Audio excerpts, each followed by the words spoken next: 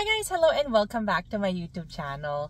So for today's vlog, samahan niyo ko ulit na mag-grocery shopping pandagdag doon sa ipapadala kong balikbayan back sa Pilipinas. Let's go!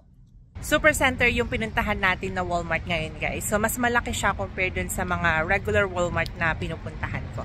Mas marami siyang tinda dito. So tignan natin kung ano yung mga mabibili natin. Nakapasok na tayo guys. So dito meron silang mga fresh produce. Doon sa isang Walmart na pinupuntahan ko dati, wala silang mga gulay. Pero hindi naman tayo mamimili ng gulay. Doon tayo sa mga dry goods tayo.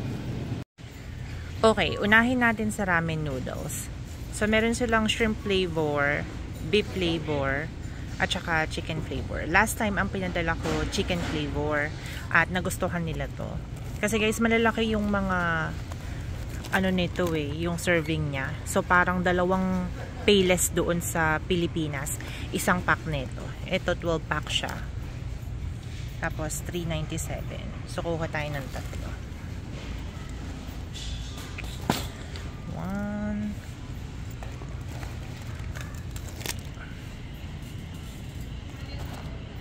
2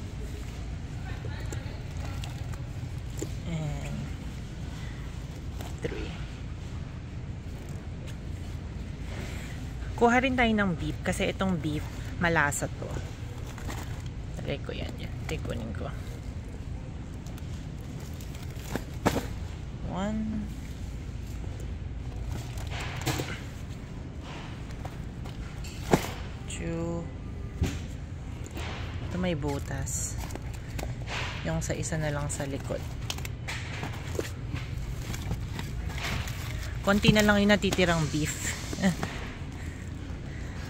Ayan. Ayusin natin to. Balik natin. So, ayan guys. Ramen noodles. Ito palang puno na yung box. Next guys, magpadala na naman tayo nitong Campbell's. So, last time yung kinuha ko yung beef stew. So, ito try natin. Yung steak and potato nila. Kuha tayo ng ayan, steak and potato. Kuha tayo ng siguro 3 lang muna.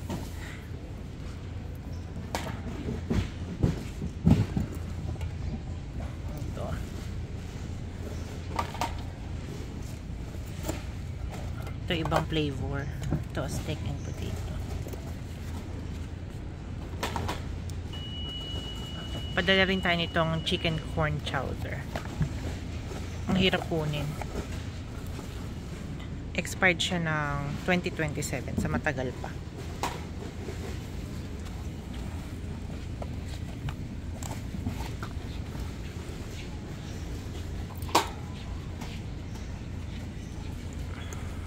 Itong isa na hubaran. Ito na lang. Magpapadala rin tayo ng ravioli. Last time, ito yung kinuha ko. Kasi $4.68, 4 na siya. Pero ito, naka-rollback ng $1 isa.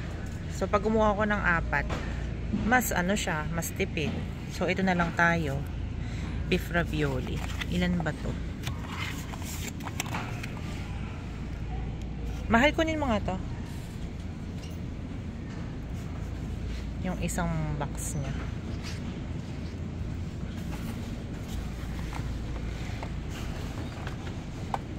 Ayan, kunin ko na to.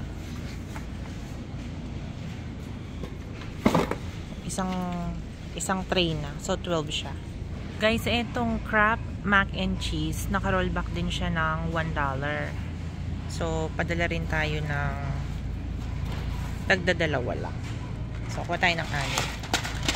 1 pala, 2 4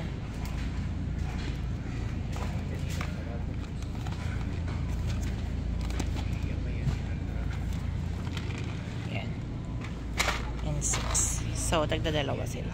Ang daming choices ng cereal guys. Magpadala rin tayo. Itong Reese's Pops, $2.97 lang siya. Dala tayo ng 3 rin. Tagi-tagi sila.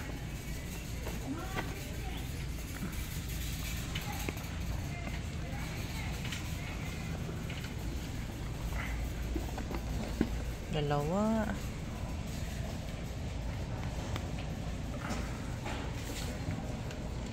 Tatlo. Padala rin tayo nito ng parang Fruit Loop siya. $2.98 lang to. Ang laki ng box. Tignan nyo. So, 1,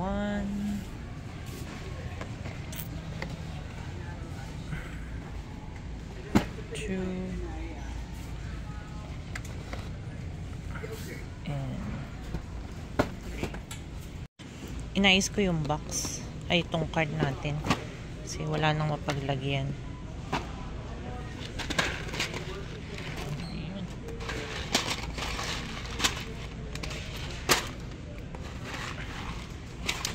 Asawa ko kumuha ng pang-ulam.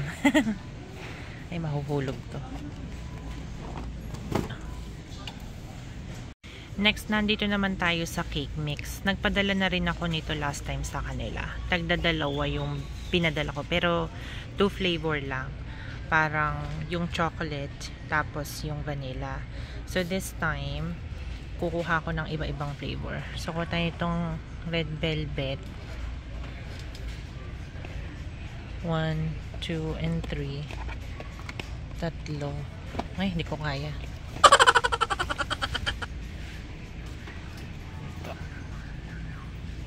Ayusin ko muna yung cart na kaharang sa daan. Red velvet. Tapos, strawberry.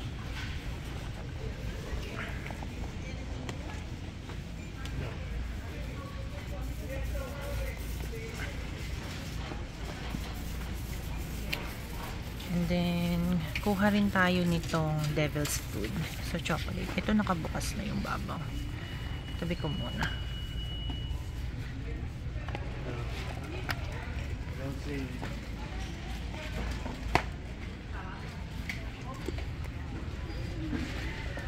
Oops.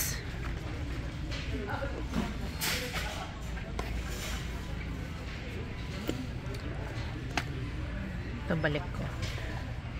Tapos, yellow cake mix. Kunin tayo.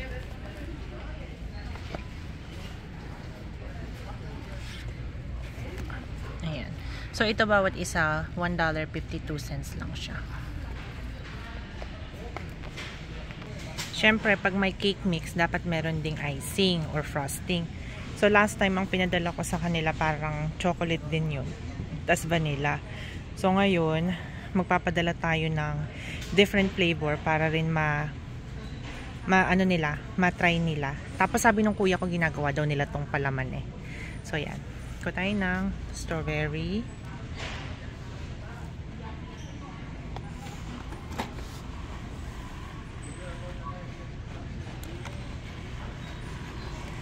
Tatlo rin. Cream cheese. Ito masarap.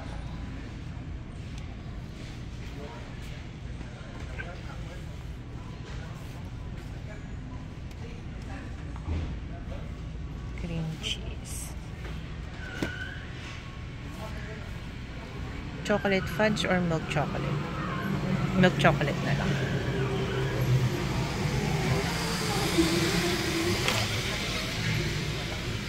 Milk chocolate.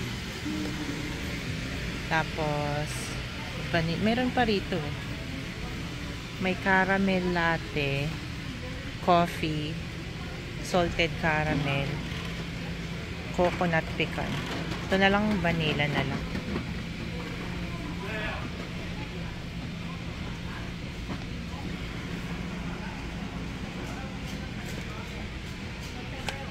Vanilla. Nandito tayo sa section ng mga chips and snacks. Tapos ito guys, yung mga chips na ganyan, naka-rollback siya ngayon ng $2.98. Ito masarap to eh. So padala rin natin sila. Tagi-isa. 1,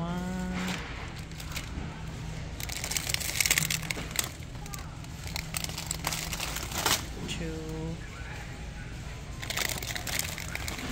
and 3. Ito rin naka-rollback siya ng 298. Kaya lang dalawa na lang. Pero kukunin ko na. Kasi ito masarap din to.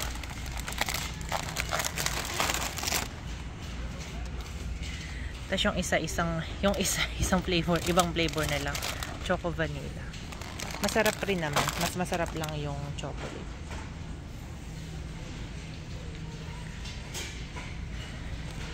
Fudge strip. Ito, Vienna finger. 298 din. Yan kaya sa dalawa yung kukunin ko.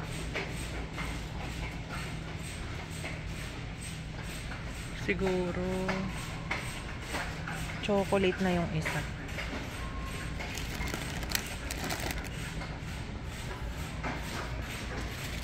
Ito na lang. Masarap kasi ito. So, tatlo rin. 1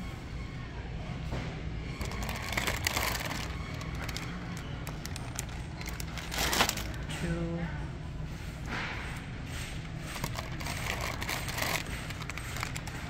and 3. Puno na yung cart natin, guys. Ang dami na naman. Almost done na tayo, guys. Naghahanap ako ng marshmallow kasi yung mga pamangkin ko gusto nila ng marshmallow. So, yun, bibili natin. Tapos, titignan ko kung meron pa tayong maidadagdag dun sa ipapadala natin bago tayo magbayad.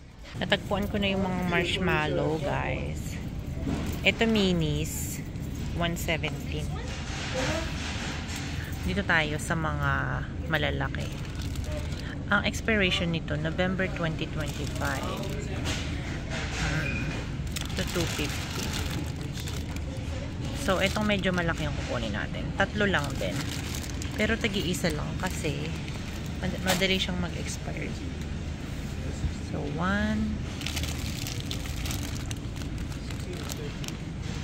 2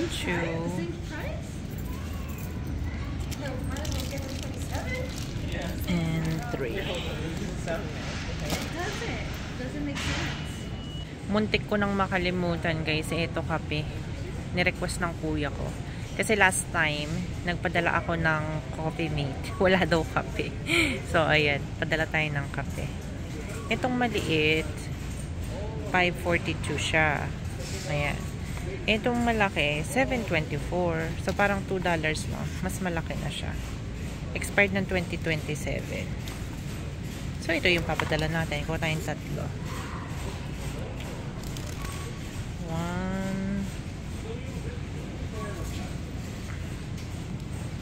2 and 3. Nag-uumapaw na tong cart natin, guys. So, tama na to. Stop na. Baka hindi na naman kumasya dun sa box natin. Guys, vitamins, kukuha ko rin yung kuya ko tsaka yung ate ko. Kuha tayo ng isa sa ate ko. And then, sa kuya ko naman, tag-isa sila. Kukuha rin ako ng ibuprofen kasi mura dito. So, $2.12 lang. Tapos, 100 caplets na yun. Expiration nito, 2028 pa. So, tayo ng 1, 2, and 3.